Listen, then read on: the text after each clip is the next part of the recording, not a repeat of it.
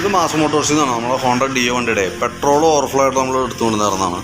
അപ്പോൾ നമ്മളത് ചെക്ക് ചെയ്യുന്ന സമയത്ത് നമുക്ക് അതിൻ്റെ ഈ പെട്രോളിൻ്റെ പൈപ്പ് പൊട്ടിയേക്കുന്നതാണ് അതിൻ്റെ മെയിനായിട്ടുള്ള കംപ്ലയിൻറ്റ് കേട്ടോ.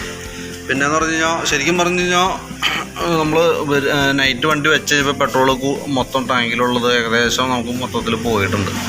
അപ്പോൾ അത് പോകണതിൻ്റെ ഒരു കാരണം എന്ന് വെച്ചാൽ ഒന്ന് നമുക്ക് പെട്രോൾ പൈപ്പ് പൊട്ടിയേക്കണതുകൊണ്ടാണ് പെട്രോൾ ഒന്ന് ചാടി പോയേക്കണത്. പക്ഷേ നമുക്ക് അതിനകത്ത് ഈ തായിരിക്കുന്ന പെട്രോൾ ടാപ്പ് ഉണ്ടല്ലോ, അതിൻ്റെ ഉള്ളിലിരിക്കുന്ന ഐറ്റം ഉണ്ട് പെട്രോൾ ടാപ്പ്. അത് ശരിക്കും നമ്മൾ വണ്ടി സ്റ്റാർട്ട് ചെയ്യുന്ന സമയത്താണ് പെട്രോൾ കൊണ്ട് ഇറങ്ങി വരാൻ പാടുള്ളൂ.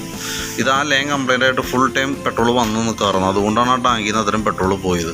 അതല്ലാന്നുണ്ടെങ്കിൽ വണ്ടി എഞ്ചിൻ സ്റ്റാർട്ട് ചെയ്യുമ്പോൾ മാത്രമാണ് പെട്രോൾ ഇറങ്ങി വരുള്ളൂ. ശരിക്കും അങ്ങനെയാണ് വരാൻ പാടുള്ളൂ. അപ്പോൾ ഇതിൻ്റെ ആ ടാപ്പ് കംപ്ലൈൻ്റ് ഉള്ളത് കൊണ്ടാണ് ഈ പൈപ്പ് പൊട്ടിയപ്പോഴും, അല്ലെങ്കിൽ നമുക്ക് ഓട്ടത്തിലേ പോകുള്ളൂ.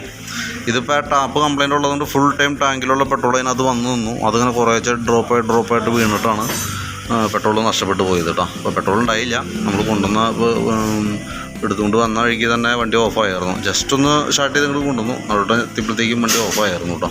അപ്പോൾ നമുക്ക് മാറ്റേണ്ടത് ഒന്ന് ഈ പെട്രോളിൻ്റെ ഈ ടാപ്പ് മാറ്റിയിടാം, അല്ല ഈ പൈപ്പ് മാറ്റിയിടാം, ആ പെട്രോളിൻ്റെ ടാപ്പ് മാറ്റിയിടാം. 100 രൂപയ്ക്ക് പെട്രോൾ അടിക്കുക, കാരണം പെട്രോൾ ഇല്ല നമുക്ക് ഇതിനകത്ത്. അപ്പോൾ അത്രയും കേസാണ് നമുക്ക് ചെയ്യേണ്ടത് കേട്ടോ. അപ്പോൾ അതൊന്ന് ക്ലിയർ ചെയ്ത് വെച്ചേക്കാം. ഓക്കെ.